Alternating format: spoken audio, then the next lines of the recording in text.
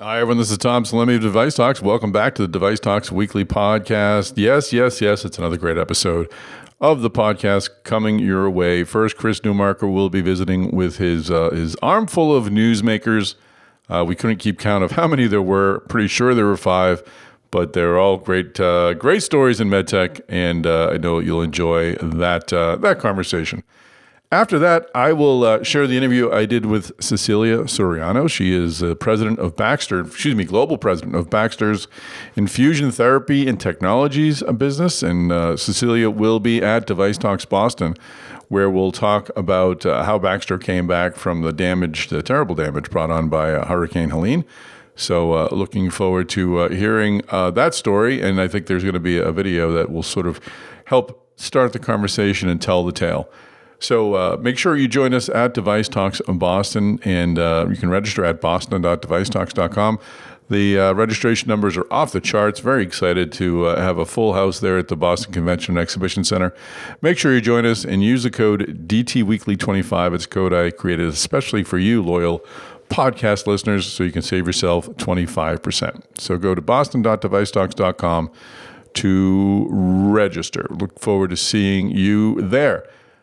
After we hear from Cecilia, I'm very pleased to bring a conversation that I had with Andrew Cleeland. He's the CEO of the Fogarty Institute, which is obviously a great MedTech incubator, and entity out by Santa Clara, actually, by where we do Device Talks West. I've known Andrew for, closing on 20 years. We met when he was the CEO of Ardian, and he's one of my favorite MedTech people, and you'll see why. He's just a great person to talk to. Great insights, great humility, and he's doing a lot of great work, and that's a lot of greats. But they are all great. He's doing a lot of fantastic work. How's that? To help entrepreneurs get their MedTech stories off the ground. So our spirits are aligned in that. And I was happy to talk with Andrew about his experiences at Ardian and 12. What has him concerned about MedTech? And he also offers some advice during our interview, which I will encourage you to just completely ignore because it goes against what I do for a living. But I will offer it to you anyway because Andrew's a great resource for startups. So this is, again, a fantastic episode. I'm really proud of all the great thoughts that are coming your way. And I know you'll enjoy this conversation. Before I let you go, though, coming up next week on April 1st, is our Device Talks Tuesdays, sponsored by Millar. And the topic is Mastering Chronic Disease Management, the role of implantable pressure sensors in MedTech. And sensor conversations are always great. Millar is always great. They're a regular contributor to Device Talks Tuesdays. And I hope you'll join us there. Go to DeviceTalks.com. Go to DeviceTalks.com to register. I got to slow myself down. Go to DeviceTalks.com to register.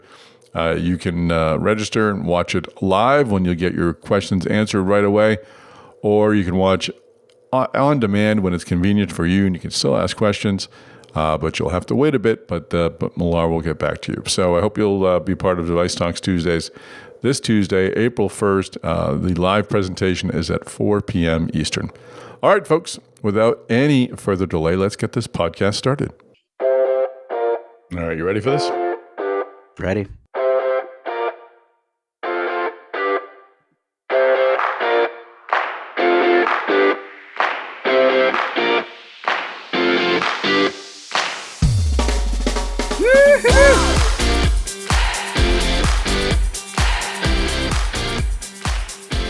Chris Newmarker, how are you, sir?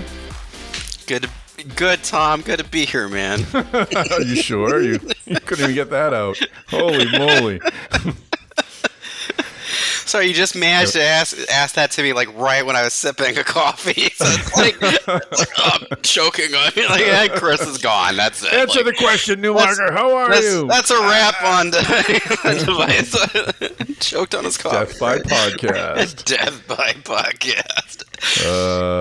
So I was watching. I just put this on LinkedIn. I was watching the TV show The Pit yesterday. Have you watched The Pit? No, that sounds exciting. It's something called The Pit. That says, what's that it's about? Very good. It's an ER type show with Noah Wiley, formerly of ER, but now he's the Anthony Edwards role. He's a senior guy. It's a very good show. But this is episode 13, I think, and they were. I won't give away too many spoilers, but they were waiting for an onslaught of patients, and one guy whipped out a ultrasound system from Butterfly Networks. It said, "I've got this portable ultrasound device. It works with a cell phone." And they use it several times throughout the episode and saved many lives. And it showed the logo. They said what it was. They didn't say the logo. They did say Butterfly. I think that's a good question. Oh, wow. Okay. But yeah, it was cool. They called it the Butterfly. Was it a product placement? I don't know. Maybe the folks from Butterfly will listen, and then we'll have them on the podcast. I'd be interested. Which makes, if they didn't pay for it, good for them, because they got. Obviously, no one's going to run up like. I watched The Pit last night, so I just went on Amazon and ordered a $3,000 portable ultrasound system. But it's only they're wheeling somebody to an ER. They're like, you have a Butterfly Network ultrasound. I saw it on The Pit. Why don't you guys have it? Like, I know, they should have it on billboards now. But it was cool to see MedTech portrayed in a cool life-saving way. So finally we get our time. Yeah, and it's a lot better than like some like legal drama where it's like the device. Like the cover up was, it's like, whoa, come on. We watched Monty Python's The Meaning of Life a couple of weeks ago. And, that's always good. The OR scene where I need the machine that goes ping. That was John Cleese's thing. And then there was another segment where the woman was wheeled in to deliver, and she's like, just so you know, we have brought the most expensive piece of equipment to use on you. You should be very thrilled. You should be very thrilled, yeah. So MedTech was not necessarily portrayed well back then, but that was also the 80s before it became terribly cool as it is now. It's just such a joy. It's writing about innovative medtech, but at the same time, I think if I was at a health provider, I would worry if they were like, you're going to be the first person we've ever used this on. Like that would be a little could you check it out on a few other people first? I don't know. Like that sounds. Yeah. Well, what was interesting? I mean, this was the setting was that they were expecting so many patients that they weren't going to be able to run normal tests. So this was like a perfect placement for Butterfly. So good for Butterfly. It's very cool. I know we both have short days. Yes. So let's roll into the newsmakers, Chris Newmarker. What is number 5 on this vaunted award-winning, Nobel Prize-winning nominated? Wow, Nobel Prize, yes. You should get one. Thank you. Pulitzers. I'm really working for world peace, man. I really am. We could use that. Yeah, seriously. Amen, man. So we'll talk about that on Signal later on. Yes, on Signal. Yeah. Go. We have Alcon. Alcon agrees to. They've agreed to acquire Lenzar, and one of the things that stuck out to me and to our readers. I mean, this got some good attention on Mass Device. From the story from Sean Hooley, was that Lenzar has its Alley robotic cataract system. So this was this. I mean, it's just amazing what. Robotics is being used on these days around MedTech, so I mean, it's just sure. There we go. All right, we got an acquisition with a robotic angle and in the eye care space. So very cool.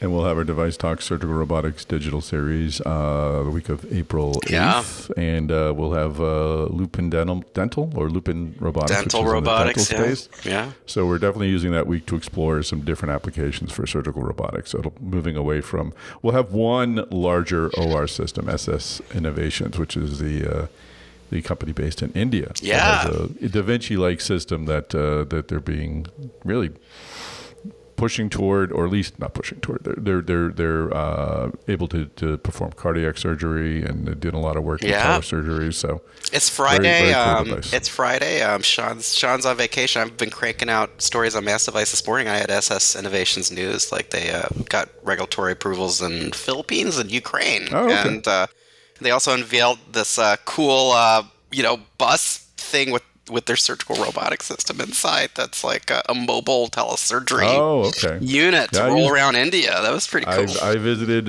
Moon Surgical's little van that they had at SRS last year. And then I got to use the device, use the Maestro. It was very cool. That's very cool. All right. Yeah. Well, cool. Number 5, surgical robotics, go. All right. What's number 4? Number 4, we got, this week we got, U.S. Senate confirmation of Dr. Martin Makary as the new commissioner of the FDA. So, Makary is a well-known well-known TV personality, especially, seen on Fox News, and but he's I liked it. Like, this was from a senior editor, Danielle Kirsch. The story about the Senate confirmation. But she was pointing out his history at Johns Hopkins, where he's a surgical oncologist and gastrointestinal laparoscopic surgeon, and he pioneered some procedures over there. So.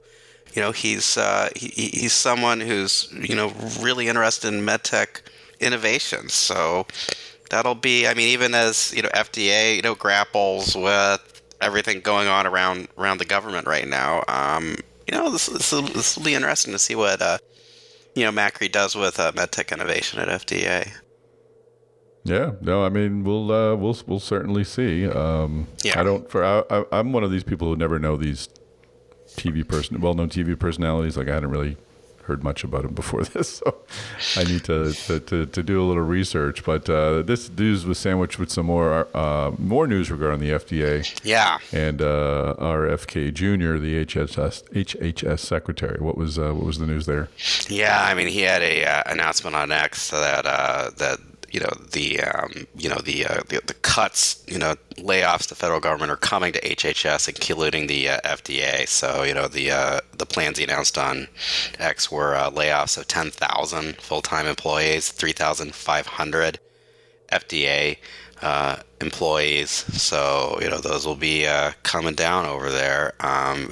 Though, HHS did say that the FDA inspectors and drug and medical device and food reviewers would not be affected by the cuts. But we'll see what the effects of these are. Okay. All right. So, new leader at the FDA, but cuts planned at HHS. Including FDA, Scott Whitaker of AdvaMed is quoted in both stories, or at least his statements are included in both stories, giving an optimistic tone, but I think he said, where are we?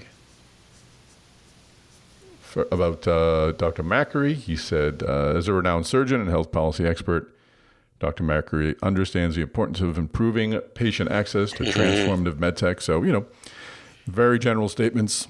I think he had one in your story about HHS as well. So, AdvaMed's involved in making the case. So, in the HHS story, which came from managing editor Jim Hammer, Whitaker was, saying that his understanding was that FDA experts, whose entire mission is to improve and not stand in the way of patient access to innovative MedTech, will not be affected.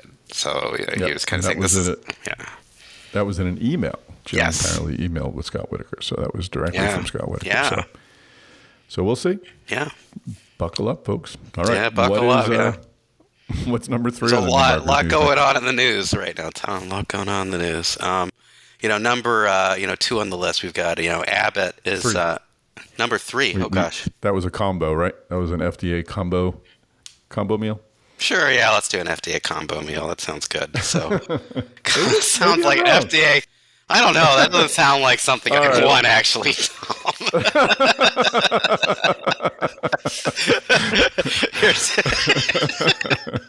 Good point. All right. Let's just throw the numbers away. What's next on the new market? Is this ham sandwich safe? Well, let me look at it really quick for you. Oh, God. Wow. FDA. Well, we got whatever the next number is. Whatever we got here. We got Abbott making an IVL play.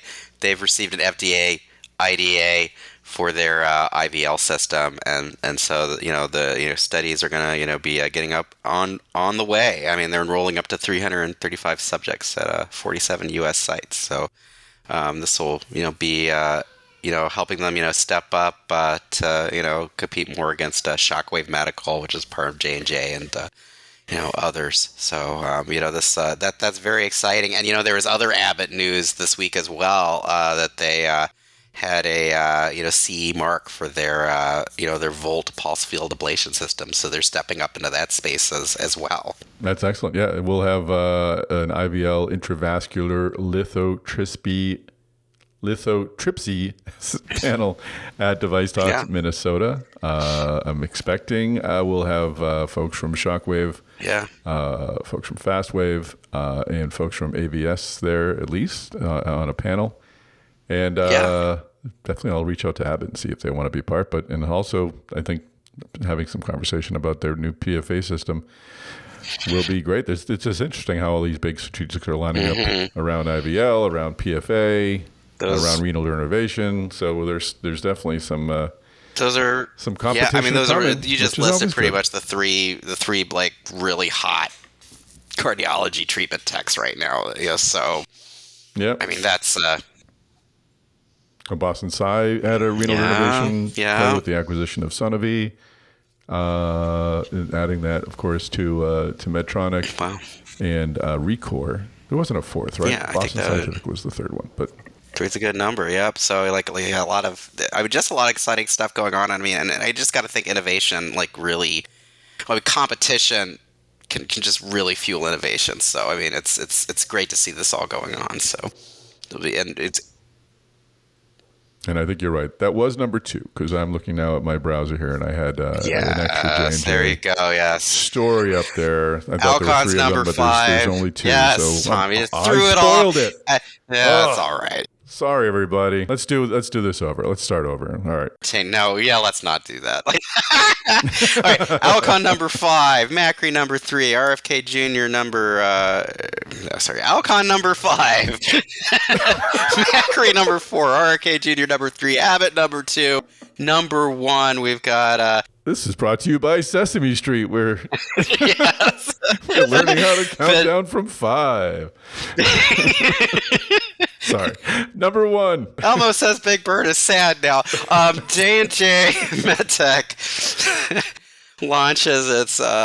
They've launched. They launched their electrosurgical generator Dualto in the United States. I mean, this is like. I mean, the big innovation with this is saying, J&J was saying this combines multiple energy modalities into just like one integrated platform that you can use across open, minimally invasive surgery, and even more interesting. I mean, the company plans to use this in the future with its like highly anticipated Atava surgical robot, which is like its play to compete against Intuitive's Da Vinci system. So this was really big news, and this came on top of news that we had last week about J&J announcing they're going to invest $55 billion in their U.S. operations. And that's both pharma and medtech. So new facilities, new R&D. So a lot of exciting stuff. A lot of exciting news for J&J. Absolutely. $55 billion. And I know she had your pinky held up to your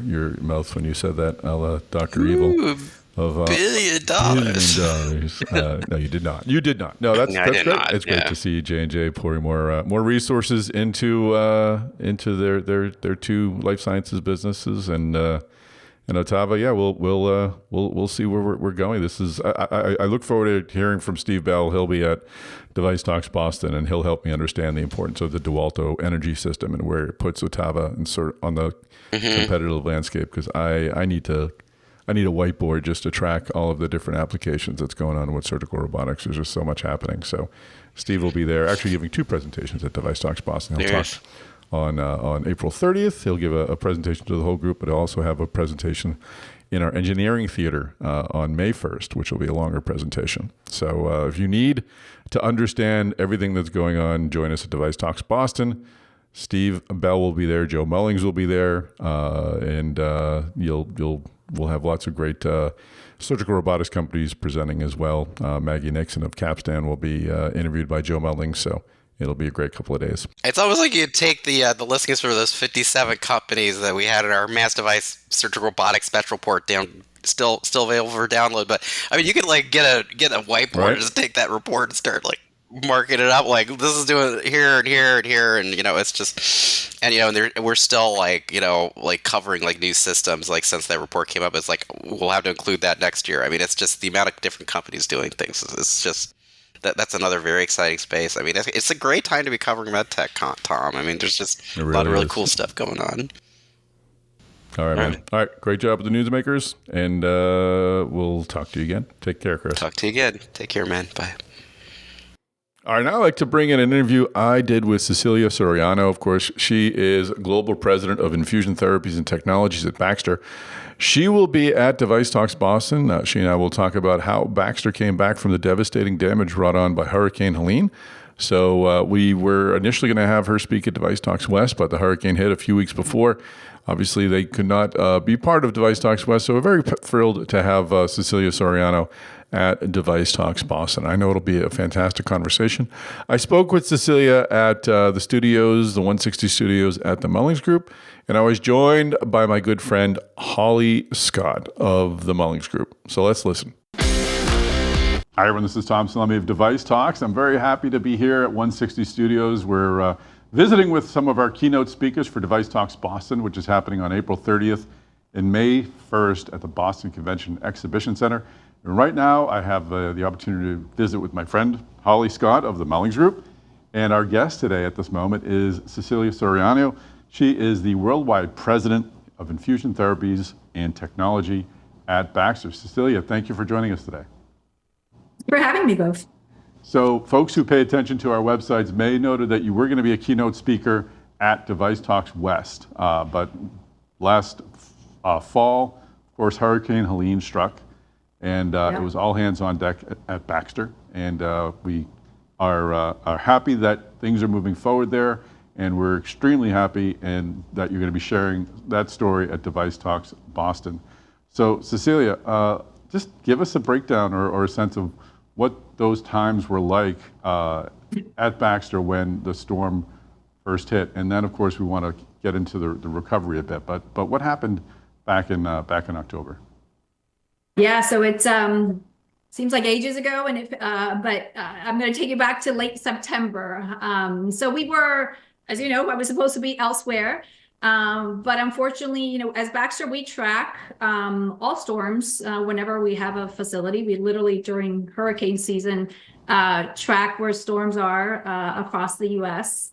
and otherwise on a daily basis. So we were definitely tracking Hurricane Helene. And if you both recall, it was a storm that was coming up from Florida. And we had, as usual, implemented our hurricane preparedness plan. We have a very robust plan in place with, of course, our employees being our number one priority. So we had already executed, 24 hours prior to the projected time frame in which the hurricane was going to hit our plant. We evacuated our employees. We also had, kind of proactively moved product, finished goods to higher ground. We secured storage, just getting ready for the storm. For a little bit of context, however, our plant is located in Western North Carolina. We call it our North Cove manufacturing plant. And it is the largest manufacturing IV solutions plant in the US. Mm-hmm. So we make over 1 million IV solutions per day in that plant. And I'm sure if either one of you have ever had a procedure, have been in the hospital, or maybe one of your loved ones, IV solutions are definitely, critical to the healthcare system. Anytime you're in either, again, acute or outpatient procedure, you will very likely get fluids via an IV bag. So these are the types of products that we manufacture in North Carolina. So giving you a context of where it was, how we were preparing. However, I don't think anybody could have predicted what actually happened. We've actually been at this plant for over 5 decades. Wow. And we have never, ever experienced a storm like this. It has even been characterized as the 1,000-year storm. So As I mentioned, we were all prepared. We had a core group, team on site that stays always as part of our hurricane preparedness. But unfortunately, the unprecedented, truly, rain, flooding, just provided, and the storm surge, honestly, triggered a levee breach. So there's a levee protecting, access to the site and ensuring that water to contain the water, blocking water from entering our plant. Unfortunately, it was breached. What does that mean? First and foremost, we had tremendous water permeating our entire facility, honestly. It damaged finished goods inventory, raw materials. And then the second consequence was that the bridges that provide access to our site were also completely damaged. Wow. So we had no access to the site. And if you can imagine kind of the bigger picture, that's our manufacturing site. But all the surrounding communities were flooded. There was no power, no cell phone, no internet, across the entire area. I'm sure you've all heard of Asheville. We're just a few miles down the road from Asheville, North Carolina. All the roads were closed, homes destroyed, and unfortunately, lives were lost. So the storm truly wreaked havoc across the entire region.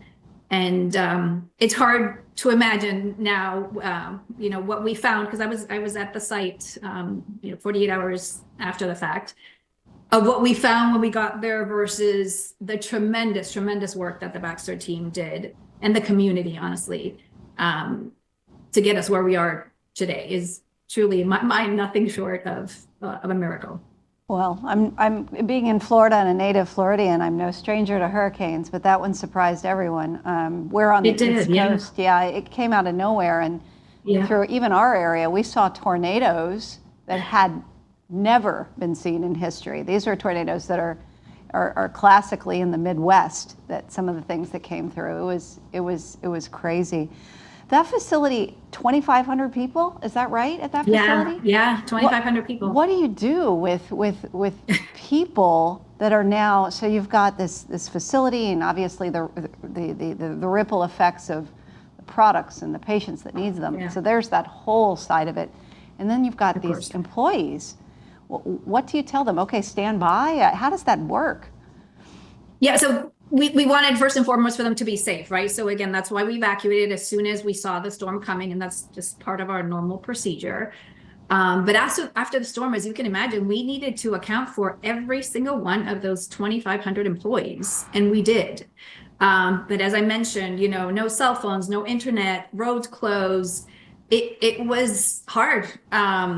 Many employees, honestly, because if you can imagine, Baxter plant is the major employer in that area, right? So we had family members and employees literally come down to the site, to the manufacturing site, within hours and the days that followed. But we took the time, we accounted for every single employee.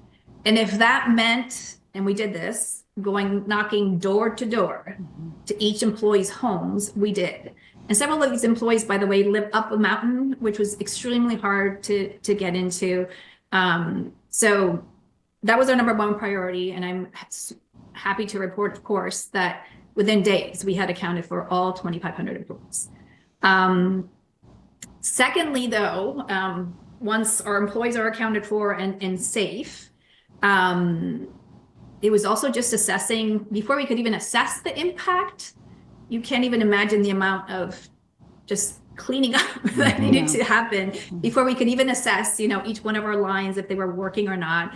And then our top priority, as you mentioned, this is a critical product for healthcare, right? For patients. How do we ensure supply?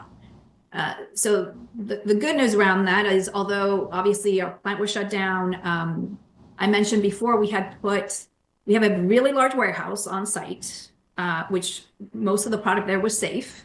And we had containers that were already loaded with finished goods that we could not ship that day. And they were put on higher ground. But we had no bridges, remember? We have no access to the site. So we had all this product sitting there. We couldn't get it in and out. So if I can anchor back on the employees, right? So these are incredible statistics in my mind, but within 2 days, we had established an employee assistance center, basically. So just a couple miles down the road from where the plant was, in a much more accessible part of the area, we set up, access to generators, laundry, food, water. We even provide them access. We have, as Baxter, we have an employee disaster relief fund. Honestly, literally to provide, again, personal property had been damaged, if they had any emergency expenses, whatever. Literally, Baxter took, there was no cost that was too high in order for us to ensure that our employees had what they need, and their families, right? Like many of our employees lost their entire homes. We had homes floating down the river, literally. Then the bridges. So this was critical, right? We needed to get product out to customers. Within 1 week, we installed a temporary bridge. So we literally built a bridge so that we could access to the plant and start transferring these containers, truckloads. So for context, I think it was by the end of November, we had literally transported about 1,200 truckloads of product out to customers, even though our plant was completely shut down. So again, those bridges were absolutely critical.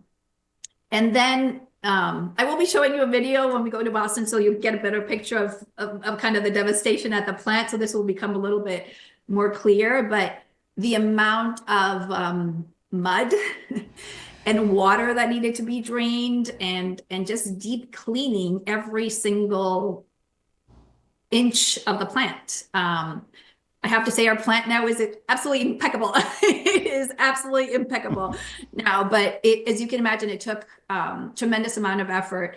I saw a statistic just last week that we've estimated about 2.5 million hours of work have gone into this whole recovery effort to get back to where we were before. So within a month of the hurricane happening, we already had our number one manufacturing line up and running. That's the line that produces saline, which is the highest IV solutions product that we have. And I'm happy to report we're 4 months post, all 10 of our manufacturing lines are back up and running. So tremendous effort. And I have to say, as a Baxter employee, I could not be more proud of all the work, all the people cross-functionally, that made this happen. I think we're going to be able to unpack a lot of those steps at DeviceTalks Boston, but you gave us the status of the recovery. You've got all 10 lines up. Yeah. When would you expect to be producing what you're producing in September of 2024? Yeah, we're almost there. I would say by the end of this month. Wow. However, as you can imagine, it's going to take a while to build the supply chain, right? The inventory levels within the channel, et cetera, to truly get back to pre-hurricane levels. But we're almost there, just weeks away from getting back to the same volume of manufacturing. We're playing catch up more than anything right now. So I truly appreciate also, I do want to call out our customers have been absolutely amazing. We put them in the hurricane put them, and hence us, in a very, very difficult position. And ultimately, obviously, it's about the patients, right? So they've been extremely flexible, excellent partners. And one of the things that I think is critical in all this, the level of communication that we've had. We've tried to be as transparent as possible. Many times we didn't know. We literally did not know how long it would take us to get back up and running. But the dialogue, the partnership has nothing, amazing with our customers. And the government, I have to say, we could talk about that a little bit later as well. But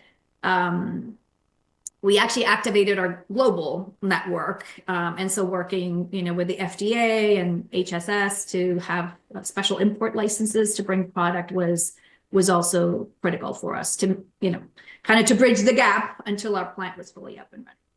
Well, we'll certainly look back at your experience at DeviceTalks Boston, and I think we'll have an opportunity to look forward as well. Are there any lessons that you've incorporated from the recovery that are now part of your regular practice, and you think makes you even stronger than you were 5 months ago? Yeah, we're always in learning mode. So even after Hurricane Maria, and I don't even recall when that was, a few years ago, right? Hurricane Maria, coming out of that, we have satellite phones on every single site. We have generators. So every time we have an unfortunate, weather event, we incorporated our hurricane preparedness plan is extremely robust. But I would say from a lessons learned perspective, and this is something that's, I believe, very unique to Baxter. I mentioned that we actually activated 9 of our manufacturing sites in Asia and in Europe. So we imported product and we were able to turn that around like extremely quickly. So having a very strong supply chain and manufacturing network is absolutely critical. So for us, it's more, that supply redundancy. And by the way, the local teams in those individual countries working with the government on their local countries, to make sure U.S. volume was prioritized. It was, many people, many functions and countries that got involved. But the redundancy does not mean replacement, right? One can never fully replace an entire site, manufacturing site if something like this happens. But it is more than anything about the contingency plans that you have. So you build that resiliency within the supply network. So we're getting better and better at doing that. I think it's one of the unique strengths that we have as Baxter because of our footprint that we have globally. I would say the second maybe lesson learned is just having really good end-to-end like a supply chain visibility. As consumers, right? Like Amazon, at our fingertips, where is my package? And you know exactly where it is until it gets to your door. Unfortunately, in healthcare, it doesn't quite work that way yet. So I think there's a little bit more opportunity. We know when we manufacture, when it leaves our site, but then sometimes we lose a little bit of site, track of exactly where it is in the process until it gets to that patient. And so I think that's an opportunity working, with our distribution partners, with the hospitals that we serve, et cetera. A little bit more to do there. And then I think just as I mentioned, the cross-functional, cross-collaboration, and having those strong relationships, be it with a government, with associations, with, again, some of our distributors is fundamental. So having a kind of a clear and coordinated engagement plan, maybe I would call, is something that was critical and something we will continue to reinforce. And we learned a lot from here, especially, as I mentioned, since we activated our global network, right? So it wasn't just the US. So yeah, I think those are our 3 main lessons learned, but as you can imagine, many, many more. Excellent. Well, we really appreciate your offering to come and share your story at DeviceTalks Boston. I know our attendees will find it reassuring that you're back up and running, and certainly will be up at that point at the end of April, early May. And I'm sure there's a lot of lessons that they'll take away from your really unfortunate experience. Thanks for joining us today, and look forward to seeing you in Boston. Thank you. All right, well, I hope you'll join us at DeviceTalks Boston, and when you register, make sure you use the code DTWeekly25 to save 25%. Now let's get into our keynote conversation with Andrew Cleeland, of course, the CEO of the Fogarty Institute.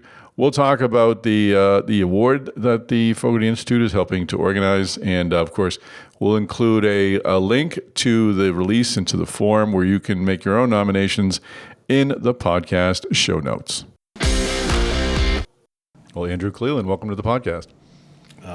Pleasure to be here. Thank you very much. It's great. It's great to connect with you always. I still remember the early Ardian days. I don't know, meeting you. I think it was at a Domain Associates conference or something. That's when we first met. And you were just my prototypical startup CEO. You had the sense of humor, you had the drive, you had the vision, and it's always good to reconnect. So thanks for coming around. So what brought you into the MedTech industry initially? What was the lure? Yeah, I'd love to say it was planned. Like the real story is I was doing a degree, biophysics degree in Melbourne in Australia. And we did some work, had to do work experience as part of the degree program. And all the smart kids went off to the local hospitals in the biomed and ICU, CCU, and they ended up sending me to the TGA, so the Australian version of the FDA. Oh, really? Yeah, so I went off and did my 6 months there, left, went back, got the degree, and to my surprise, the TGA reached out and offered me a job. So I thought, why the hell not? Went back to there and became a reviewer, believe it or not. I didn't know that. How did I know So that? I was at there for a while, and then got recruited out of there to the sort of the premier medical device company in Australia at the time, a company called Telectronics. Mm-hmm. And that gave me an opportunity. They were headquartered, Australian company, but headquartered in Denver, and gave me the opportunity to move over here. My whole career since that time has been MedTech. And you ask why. I mean, I don't think there's a more rewarding field to work in than what we all do. Absolutely. So did you hesitate at all about moving to the States, or was this a plan, or just something cool that you hadn't anticipated doing, but grabbed the moment when it was offered to you? Yeah, we do an internship here at Fogarty every year, and I tell the sort of origin story. Mm-hmm. And kids these days are so structured, so planned out. I told them that I spent weeks going through all the pros and cons of moving to the States, and then I tell them the truth, which was, I'll lighten the words a little bit given we're on a podcast, but it was like, they offered me the opportunity, and it took all of 2 seconds. Why the hell not? Yeah. What an opportunity. I was mid-20s, come and live in another country for what I thought was going to be, a year or two. Obviously, that was in 1993. So I got lost. And Or found, I should say. You did get found, or you found us anyway, or we found you. And you moved over to Baxter, so you got a bit of a big company of experience. Was that? Yeah, Telectronics for a while, then to Baxter out here with a little group called Novacor. So it was part of Edwards, basically, before Edwards spun out from Baxter. So that's where I first met both Tom Fogarty and Mike Masalem, who will become part of this story. That's a very good pair to meet. So now I'm doing the math in my head. When did you take over at Ardian? What year was that? So Ardian was around 2006, yeah. All right. So that wasn't a long time after you're coming over from the States. So was that a plan of yours? It was a couple of years, 13 years, right? Yeah, I guess so. Remember, I came in 93, yeah. So I spent 4 or so years with Telectronics, then another 6, what would that have been? Another 2 years with Baxter, 2 or 3 years, and then to a little startup, then to Ardian, where I got the first opportunity to be a CEO. Did you have designs on being a startup CEO at some point, or was that another piece of serendipity that fell into your? I think I've always wanted to lead an organization. Mm-hmm. So, yeah, I think it was. I wouldn't say it was a well written out plan, but it was a process. Yeah. And how did you come to know the Foundry Group? And talk a bit about your experience with that. I mean, it was really a remarkable collection of people putting together some really, I think, terrific projects. Yeah, still are. I mean, they're still going really strongly. So I met them. So the little company that we sort of skipped over was a company called Radiant Medical. So that was my first startup. Yep. There were some board members. Hank Plain was a board member at Radiant. Hank was one of the co-founders of the Foundry. Mm-hmm. So through him, got introduced to Alan Will, got introduced to Hanson Gifford, and the folks there, Mark Deem, obviously. And when they were looking for a CEO for Ardian, which I think at the time was very much of a science experiment, mm-hmm. They took the punt on a first-timer who was not out of a traditional background. My background is Reg Clin. So they gave me a chance, and I think the rest was very fortunate history. Does Do you see Ardians today in that? I mean, that early stage of technology becoming companies, or is that idea becoming a company? Does that not happen any longer? Do companies need to absolutely happens. Look, I think the unique thing about the Foundry is they don't pick little problems to solve. They pick big problems. And I think if you're having a shot at any big problem is big market, big opportunity. I think you're going to find those things will get funded. It's definitely more difficult today. Yeah. But no, I still think good ideas are going to get funded and are getting funded, I should say. What were some of the lessons learned at Ardian? We can talk about the exit in a moment, the sell to Medtronic. But what was it? How does one build what essentially is a science project into a company? What does that process look like, and what can folks take away from your experiences to make their own a little bit easier? Yeah, I think I give you two things. One, team first always. That I think building the right team at the right time and bringing on talent. And ensuring that talent is directed. One of the things that if you talk to any Ardian teammate now, it's always one mission. We had one singular mission. Everyone within the company was focused on that. And I think the other one is sort of beginning with the end in mind. We kept quiet, as you well know.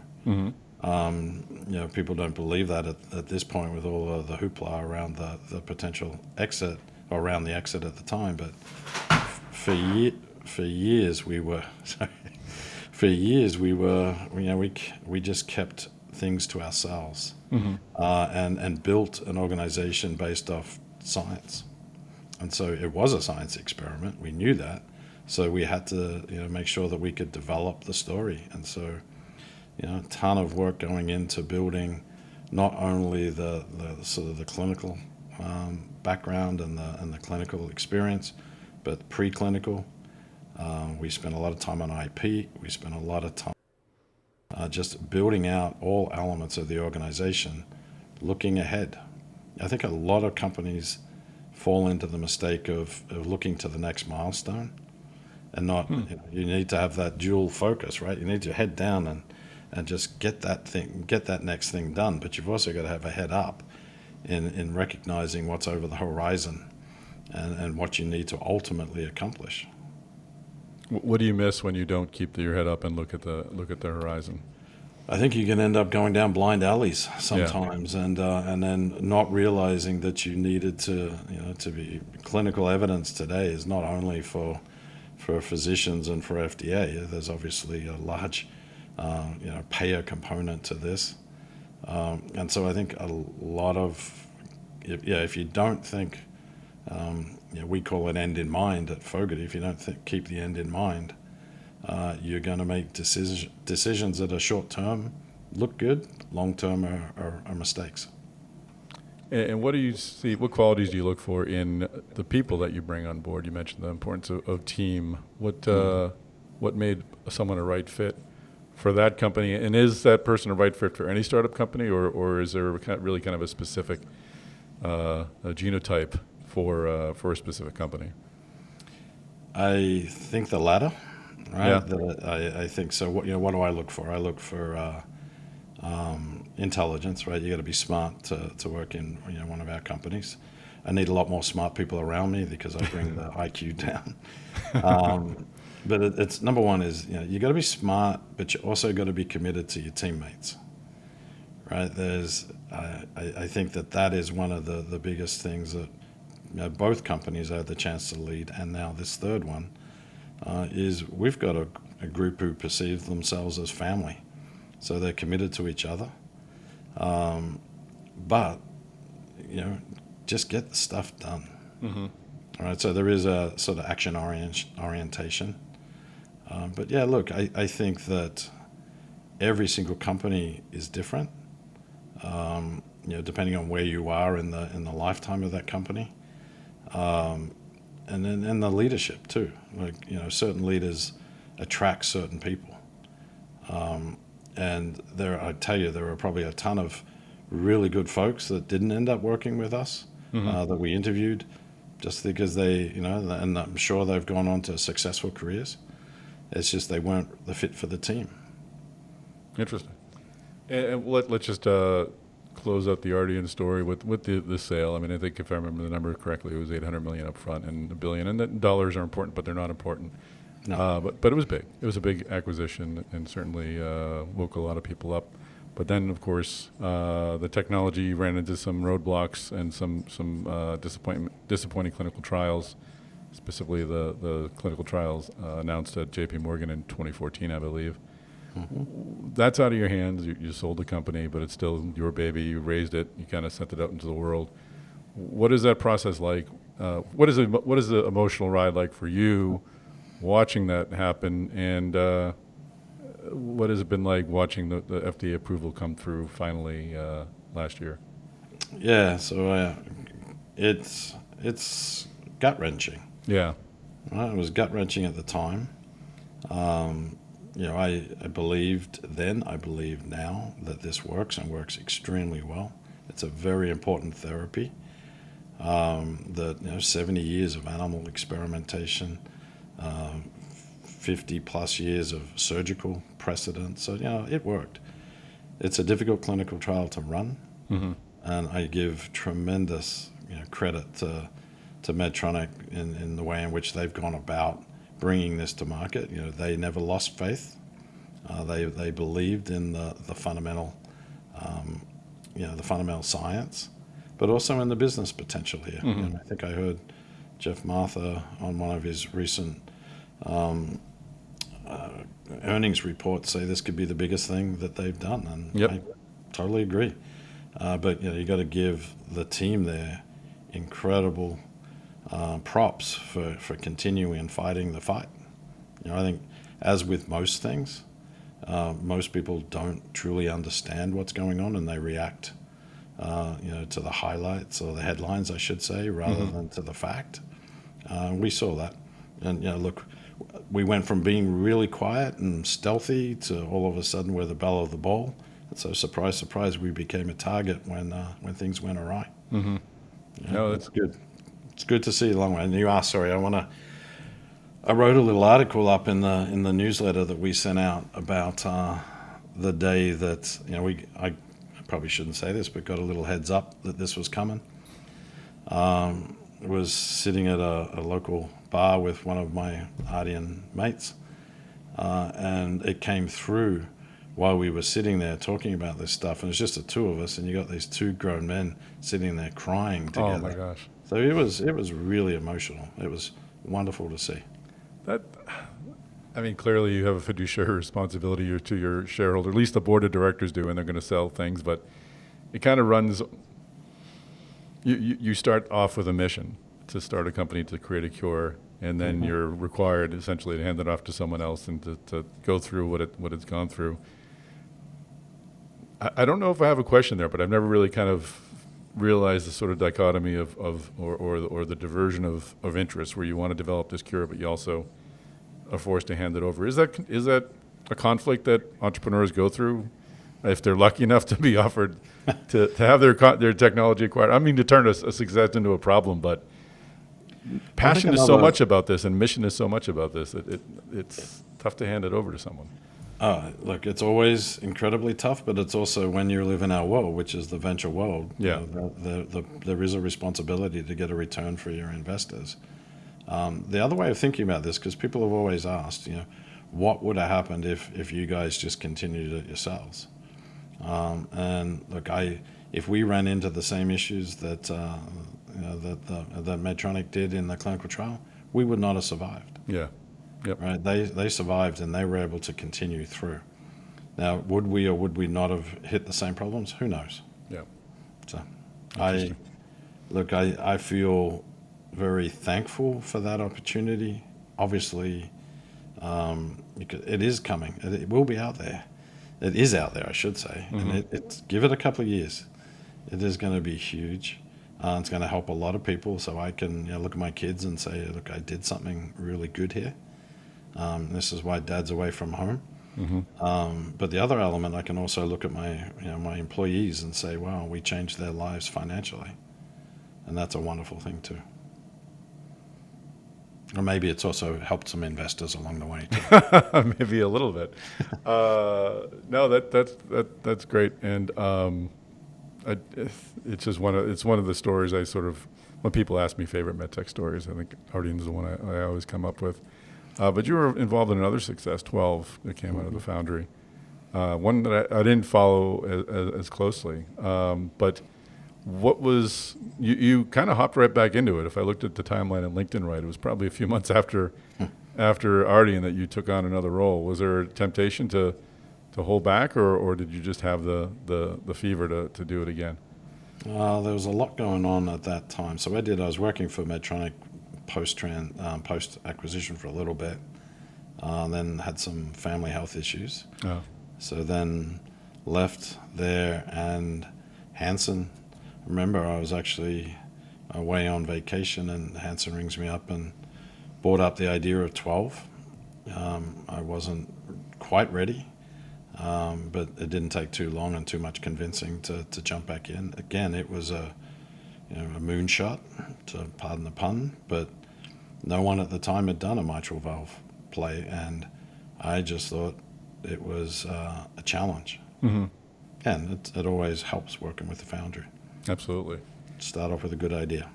So could you run the same playbook you ran with Ardian and keep things quiet, keep things close to your chest, and keep it as a science project nowadays? Or is it, I mean, there were press releases by this time back then. When I first started covering, we didn't have press releases of venture investments, but, or is it required now that startups get out in front and stay out in front and keep in front of people's?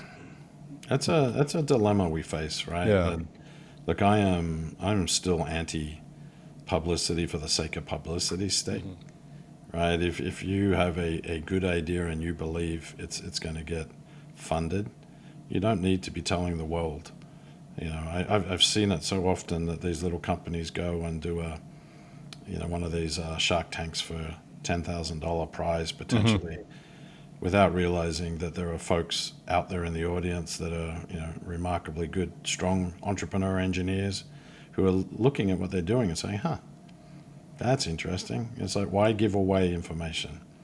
I think that when you're in the venture, in the venture world like we are, you really have two sets of customers. One are your potential clinical sites, then to your commercial sites. But once you're commercial, you're public.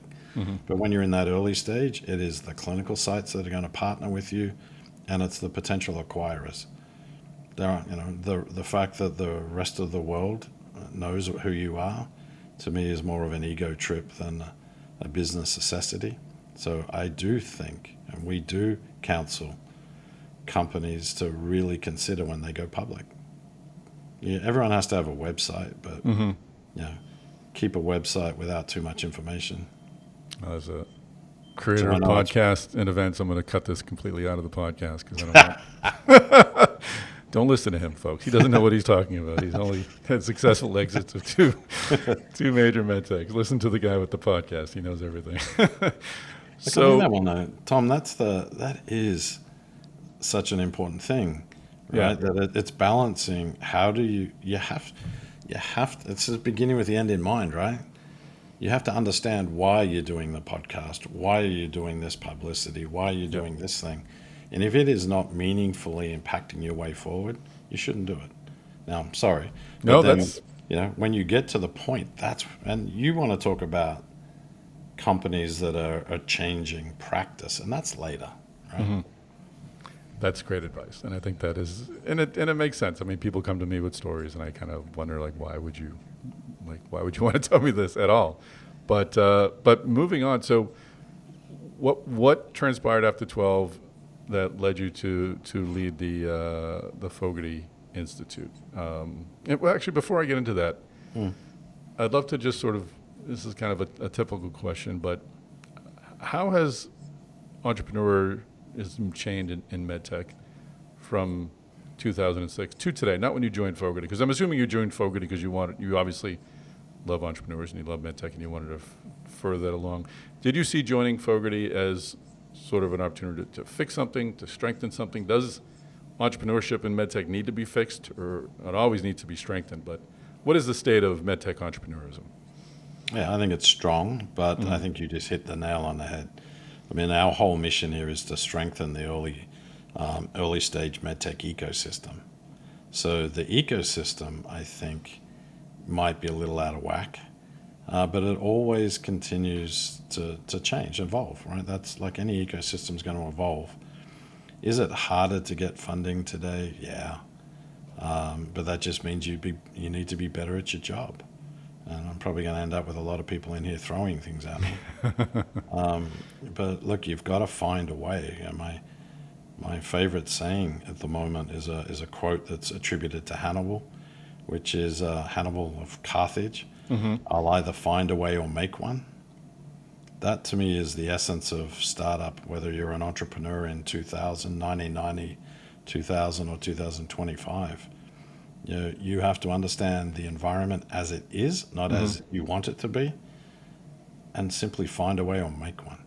And so, we'll get back into the question of why Fogarty, why here. I think it always needs to be strengthened. The purpose here is to say, look, over my career, I've made a ton of mistakes. Don't make the same ones. Learn from the positive experiences, learn from the negative experiences. And I have a remarkable team of people here who believe the same thing. Help the next gen, get through.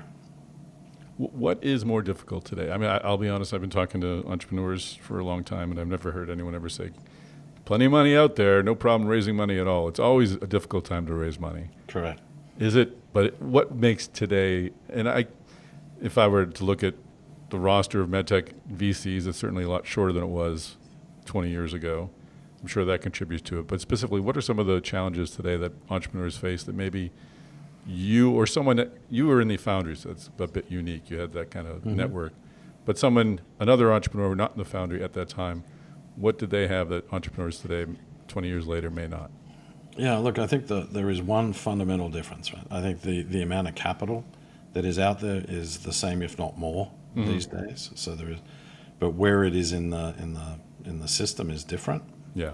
And the biggest change that we've seen is the rise of the payers, right? That reimbursement is the issue of the day, right? And the sort of opaqueness of that, what it's causing investors to look at is when are they going to exit? They used to exit on clinical data, potentially on approval or on early commercialization.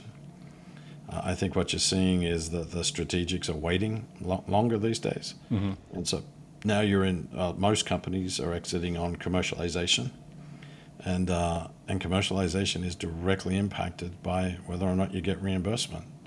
And so if you are something like an Ardian, something like a 12, something new, there is no clear path to reimbursement.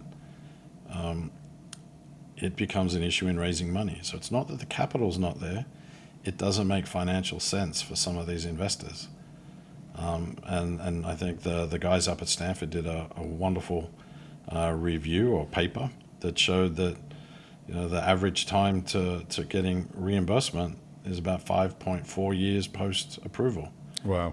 That, if you think about any little startup, that is when they're burning the most capital, right? And so that's a very costly experience. And so that's where you get a lot of investors looking at that, at that timeline. And so you just end up with a little bit of a mismatch in the timelines. So that's the big issue these days. So let's now focus about Fogarty Innovation. What led you to talk a bit, introduce people to Fogarty Innovation? I'm guessing most folks know about it, but tell us a bit about what you do, and why did you decide to take a leadership role there? Yeah. So I think a couple of things. So post 12, I did go and work for Medtronic for a little while in the transition there. Didn't take too long. I love the company, smart, capable people, but I'm a startup person from just by design, I think. Sat back and thought, what would be next? had experience with Tom. Tom had been an investor in the three startups that I'd been involved in. Had a look at this place in the beginning. I think got asked to have a look and said no in the beginning, and then went and had a chat to a few of my very close sort of friends, and thought, wow, this has a beautiful structure here, a beautiful skeleton. We really could impact the industry. So not an opportunity to go and sort of enrich ourselves, but an opportunity to give back. Mm-hmm. I've been very fortunate, as you've pointed out, an opportunity to be able to give back to the community. Our mission here is pretty straightforward. It is to strengthen the early stage MedTech ecosystem. We do it in three ways. We help incubate companies, so teach innovators. We educate the ecosystem. So again, not just innovators, but a couple of our folks have just got back from Singapore, where we're helping the Singapore government educate and develop their own ecosystem. And we spend a lot of time with FDA in helping them understand what our world's like. So we incubate, we educate, and then we try to find like-minded souls out there and ally with them to spread the message. So looking back to the problems or the challenge facing MedTech today, the 5-point 3 or 4 years from approval to commercialization to getting paid, that seems like a problem that needs a fix, and you're in that business of fixing things. Is Fogarty? I mean, I guess I look at companies, at entities like Fogarty Innovation. I see you helping to start many more companies, but I wonder if you're just sending these startups into a process where they're going to be having to clear that 5-year gap, and not everyone's going to make it, but it's a long gap for anyone to make. How are you helping to address this systemic problem, including the payers? What's the solution there? So, I think that's a fair assessment, that we're hopefully preparing folks in a better way so that they can negotiate that process better. But the fundamental thing is to change that process, right? And I think that's through, from our perspective, that's working with the organizations like MDMA. It's supporting the Biodesign program with Josh and the work that they're doing on policy. It is increasing awareness that this is an issue that we all face, and how important and how critical the issue is. So I think there it's I mentioned that we work with the FDA quite closely. We're hoping to do the same thing with CMS. Now, CMS is obviously only one of the targets. It's the third-party payers out there that I think have probably greater impact. But they're not policy adjustable like CMS is. I think a lot of it's just going to be awareness and highlighting that don't take this industry for granted. We currently, I think, in a very important industry globally, in the United States, but let's not take this for granted. There are some other countries out there that are developing their own industries. Do you feel MedTech is largely taken for granted, even not only in this country, but just overall? I mean, everyone hears about pharma and they hear about biotech and they hear about apps and Facebook and social media, and no one ever says, "Ooh, MedTech! Wow, that's very cool. Tell me more." Only when they need it. Exactly. Only when they need it.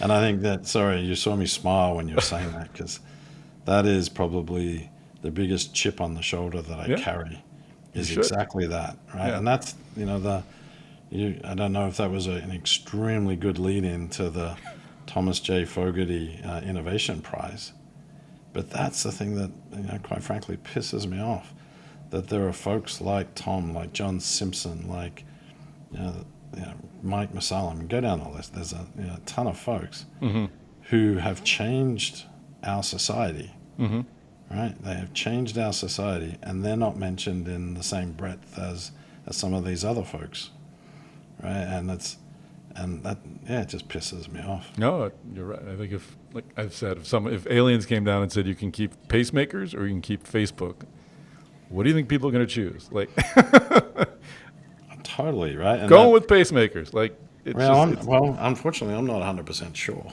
That's a good point. Right? I would. That is a good point.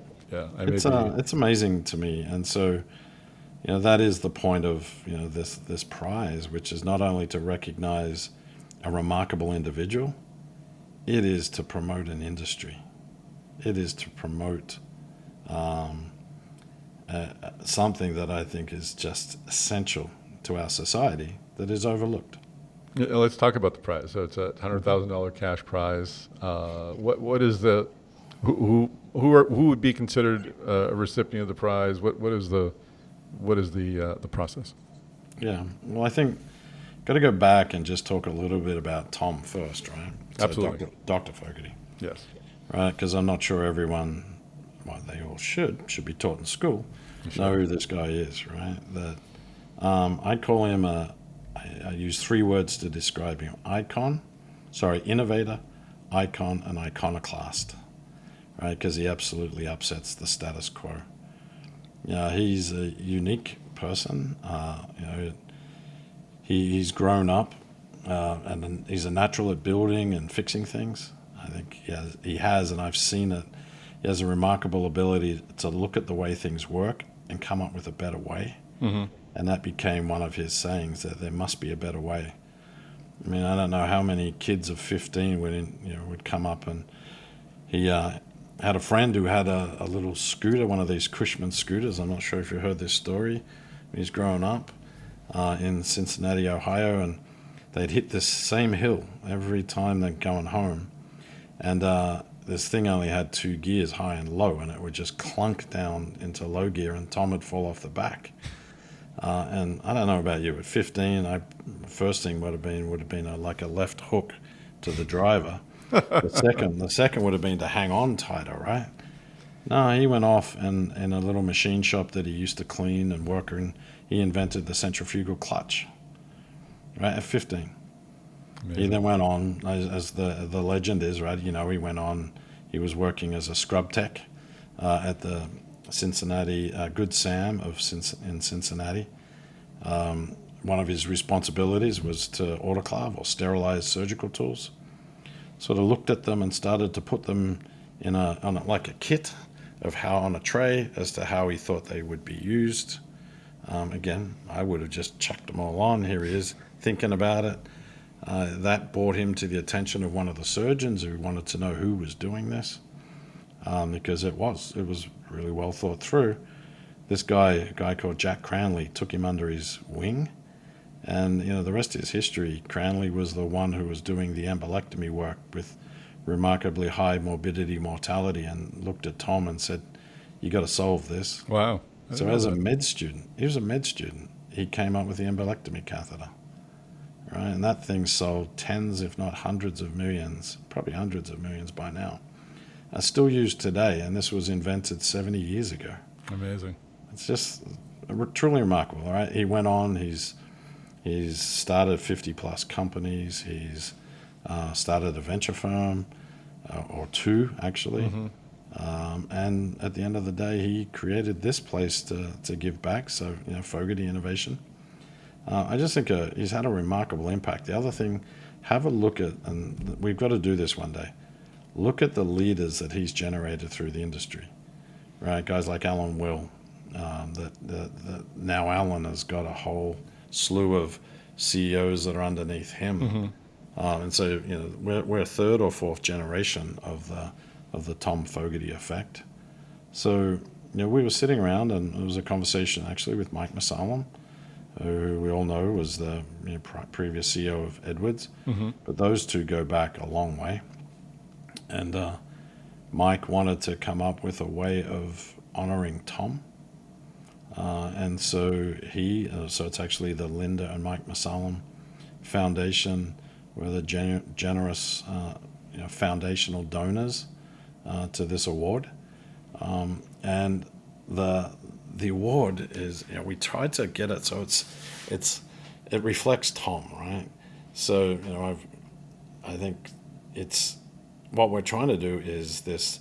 So annual Thomas J. Fogarty Innovation Prize. That's an annual award that's going to be given to a person or persons who have demonstrated extraordinary insight, creativity, perseverance, and courage. Right? It takes all of those things, I think, to come up with an impactful technology. And then the real kicker here is it's got to be a medical technology or therapy that has proven to improve the lives of many. So it's got to have a demonstrated meaningful clinical impact. Mm-hmm. We're targeting individuals or up to a team of 3. So this is not for a company; it's for a person, or if you've got a couple of co-founders, it's for them as well. Mm-hmm. It's not a lifetime achievement award. It reflects a specific, singular clinically important technology or therapy. And that was from Tom himself, right? He's just turned 91. We had this conversation with him when he was just around the time he was turning 90, and he was explicit, that this has to be for an individual, and then for something that's actually got out there and is providing true impact to patients. So how will the person or people responsible for technology be identified? Are we talking about like original patent holders or engineers or nomination executives? Process. So we're going to be opening nominations today. Mm-hmm. So anyone can be nominated. So a couple of things I want to go through just to lay it out for you. I think first of all, we want our vision here is to make this the preeminent award in the MedTech ecosystem. Mm-hmm. We wanted to make it somewhere along the lines of the Lasker or the MacArthur Awards. So mm-hmm. incredibly high profile. It's the award itself, and you said it. The real important thing for me is the medallion that we're going to provide. Right? It's actually that acknowledgement to me is an important one. And it's going to be modeled off the award that Tom got, the Presidential National Medal of Technology and Innovation. But it does come along with a $100,000 cash prize.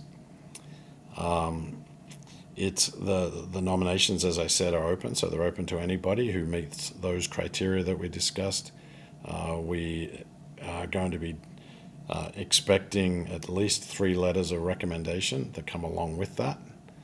And this is not a Fogarty Innovation Award. This is an independent to us. We'll manage it, but we have an independent selection committee that you would have seen. Yeah.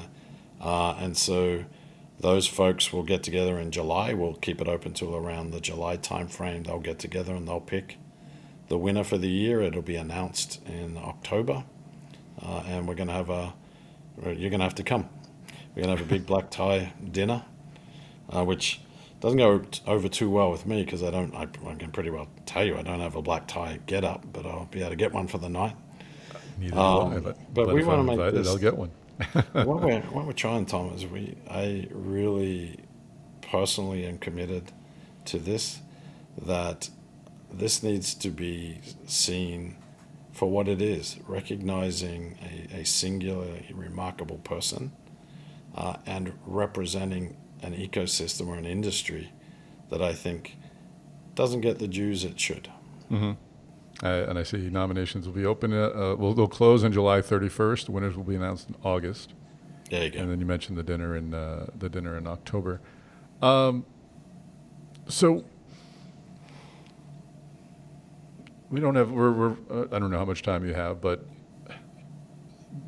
again, talking about MedTech's profile, I think it kind of for me came into play recently with the cuts at the FDA, the cuts of reviewers, the pushback, I think clearly came from the industry, and reverse something permanently or not, I'm not sure yet. But how are you feeling about things going forward? Not to make this a political conversation, but are you more concerned than you were before, given some of the turmoil at the FDA? Is this just yet another speed bump that we'll have to clear, and hopefully no one falls off the scooter when they do? Yeah, well done. What's your state of mind right now with things on a regulatory front, and I guess industry wide? Yeah, I was thinking I'm trying not to be political. I'll just Sure. give you my personal view. You heard the focus early on, right at the beginning of the conversation, on team Yep. and people and respect. And you have a group of people that wants to work together, believes in themselves, believes in their work and in their mission. You will get remarkable outcomes. Fast forward to where we are today, I'm really concerned. I'm extremely concerned. I think that with an FDA perspective, we were at a good point. Yeah. Right? That they haven't lowered the bar, but they became more engaged and more understanding of the process and of the impact that they have. And I thought as an industry, we're at a really good point. I think what has happened has jeopardized that significantly. That you are talking to folks there who we get to interact with a lot of the FDA folks here. And just the thing we haven't pointed out throughout this is we're a nonprofit, right? We're a charitable organization that's aimed at supporting the ecosystem, patients, their families, physicians, providers, payers, regulators, all the way through, right? We want to focus on the whole ecosystem. But we've had the opportunity to interact with these folks, and I can tell you they had a strong sense of mission, of why they're doing what they're doing at FDA. And I think to be treated the way they were treated sucks. Yeah. It's Agreed. there is no, I just simply dumbfounded the disrespect that was shown to a group that does something that's incredibly important. And yeah, right, so we solved the problem. They realized that and asked some folks back, but that doesn't undo the insult that was provided. So I'm hoping that the FDA folks who are living through this see it for what it was, right? A political stunt, and rise above it and continue to work the mission that they work. I would totally understand if they didn't, right? If they start to look for jobs elsewhere, I would totally understand that. But I really hope that they understand how much the rest of us appreciate what they do. So again, that wasn't truly political, but look, it goes back to, right? It goes back to fundamental respect and understanding. Absolutely. So, final question. I mean, just put on your CEO hat now. Is this, I think, an honest and sobering assessment of where we are at the moment? What are you telling entrepreneurs who are coming in? What are you telling the new members of your team at Fogarty to focus on and to ensure success and to help build MedTech's brand and help us tell our story? While we spoke about the end in mind before, I think that the number one thing is understanding that you're solving a problem for a patient or their family, and so focus on that. Focus on why you're doing this, right? That hopefully it's to solve a meaningful clinical problem. If you do that and you're aware of everything else, you'll win, right? It's not worth doing something that at the end of the day isn't going to help someone. And I know it sounds pretty bloody obvious, but I think coming back to what value you provide primarily to the patient is the key here. Yep. Yeah, so always bring it back to the fundamentals. Great way to end it. Andrew, always a pleasure talking to you, and we'll definitely include the links to the award on the website, on the podcast website. And thanks for doing what you do for MedTech. Appreciate it. My pleasure. No, thank you. I do have an ask of you though. Sure. You're interviewing a lot of these folks that we think would fit this. you should nominate a couple of people. I will think Seriously, about it. I mean, No, think about it. I certainly will. I do have an opportunity to talk to a lot of people who have made a big difference, and I think who would really be honored to win this. So I will make sure I nominate. That's a promise. Cool. And then last thing, I just want to thank you for what you do for this industry and this ecosystem. No, I really appreciate it. I've watched you for a long time now. It's been a while. We went back a long way, and to watch what you've built and the impact you're having, thank you. Really appreciate it. Thank you. It is my pleasure every day to be part of this industry and to help it when I can. So, but thank you for the kind words. Thanks. All right, well, that is a wrap. Thanks so much for joining us in this episode of the Device Talks Weekly Podcast. I sincerely hope you'll join us at Device Talks Boston on April 30th and May 1st, and also join us at Device Talks Minnesota on June 11th. Two great shows coming up to you in just a short amount of time.